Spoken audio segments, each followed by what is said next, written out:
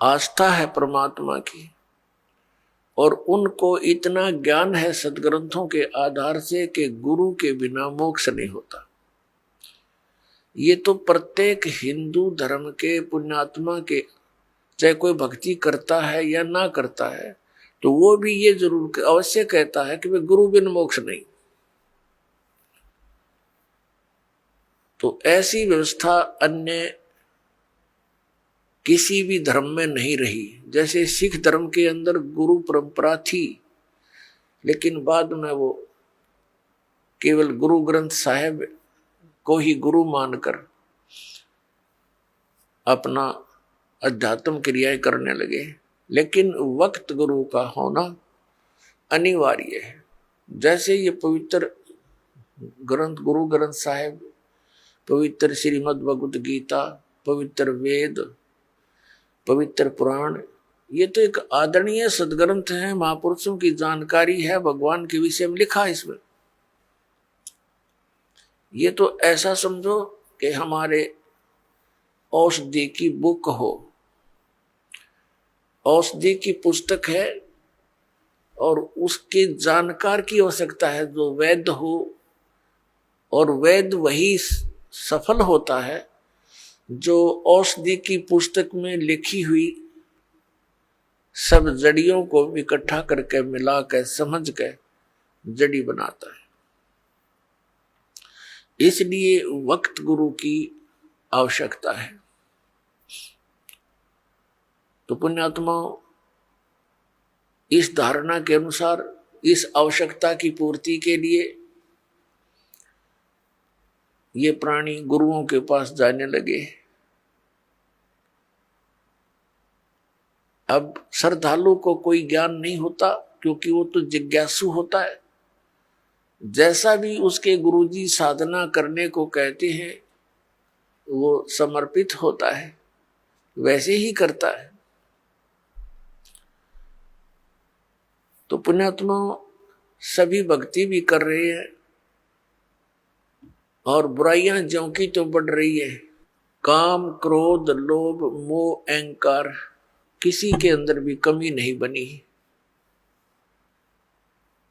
इसका कारण क्या है कि पूर्ण संत ना मिलने से तो कभी भी ये शांति इस समाज में, इस लोक में नहीं हो सकती। 600 वर्ष पहले परमात्मा आए थे, स्वयं एक संत की भूमिका करके चले गए, और साथ में एक जुलाहे का कार्य भी किया करते थे, ये प्रमाणित करने के लिए कि वही परमात्मा पाने के लिए। क्योंकि उसमें भ्रम फैला हुआ था कि ब्राह्मण वर्ग ही भक्ति के अधिकारी हैं, बाकियों को तो इन्होंने ऐसे लगा दिया था, श्राद्ध श्रूद निकालन खातिर क्रियाओं में उलझा दिया था। और विशेषकर यही माना जाता था कि ब्राह्मण ऋषि महर्षि घर त्याग कर चला गया जो व्यक्ति वही परमात्मा पा सकता है, या घना बड़ा सेठ धन दान करता हो। तो परमात्मा ने सब शंकाओं का निवारण करने के लिए एक शूद्र जाति में रहना पड़ा। उसमें छुआछूत चरम सीमा पर थी, अत्यधिक छुआछूत थी। ब्राह्मण लोग शूद्रों को निकट भी नहीं आने देते थे, दूर से बात करते थे। और उस समय परमात्मा एक जुलाहा जाति के अंदर रहे। वैसे तो उनका जन्म नहीं हुआ था, सतलोक से आए थे, सहशरीर आए थे।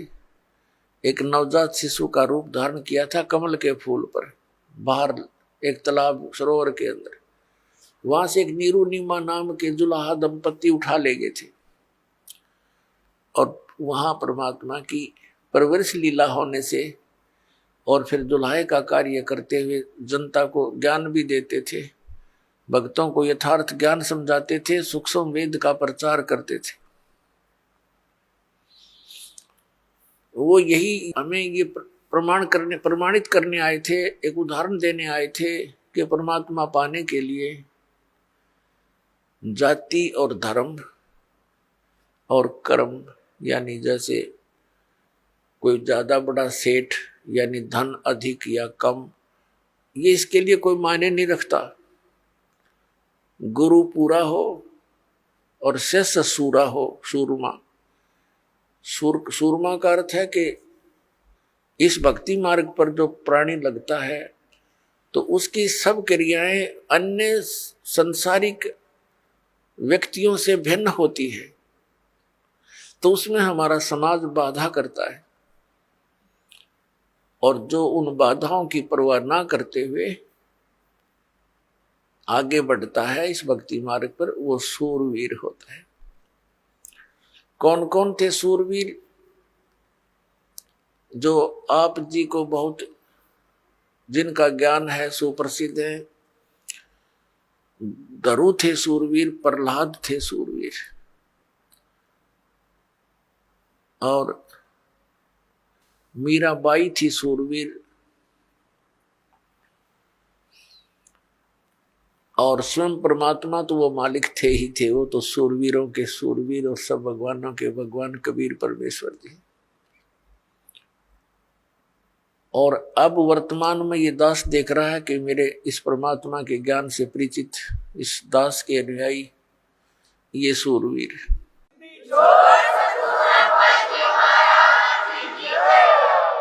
क्योंकि क्रोथा कांड के दौरान इस दास को इतना बदनाम कर दिया गया था, झूठा, और इतना परेशान किया गया परमात्मा के बच्चों को, लेकिन ये सूरवीर थे, ना किसी से लड़े और ना डरे।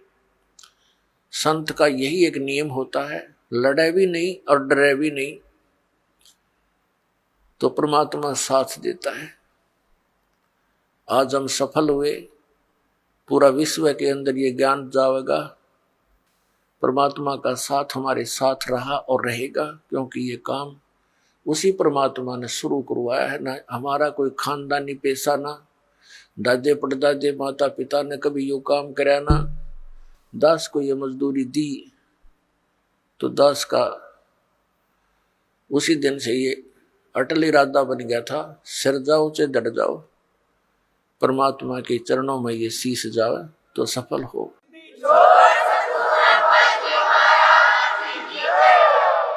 आप सुन रहे थे जगत गुरु तत्वदर्शी संत रामपाल जी महाराज जी के मंगल प्रवचन। अधिक जानकारी के लिए विजिट कीजिए हमारी वेबसाइट www.jagatgururampalji.org। संत रामपाल जी महाराज जी के शुभ आशीर्वाद से पूरे विश्व भर में 500 से भी ज्यादा नाम दीक्षा केंद्र हैं, जिन पर संत रामपाल जी महाराज जी द्वारा ऑनलाइन निशुल्क नाम दीक्षा दी जा रही है। अपने नजदीकी नाम दीक्षा केंद्र का पता करने के लिए संपर्क करें 8222880541।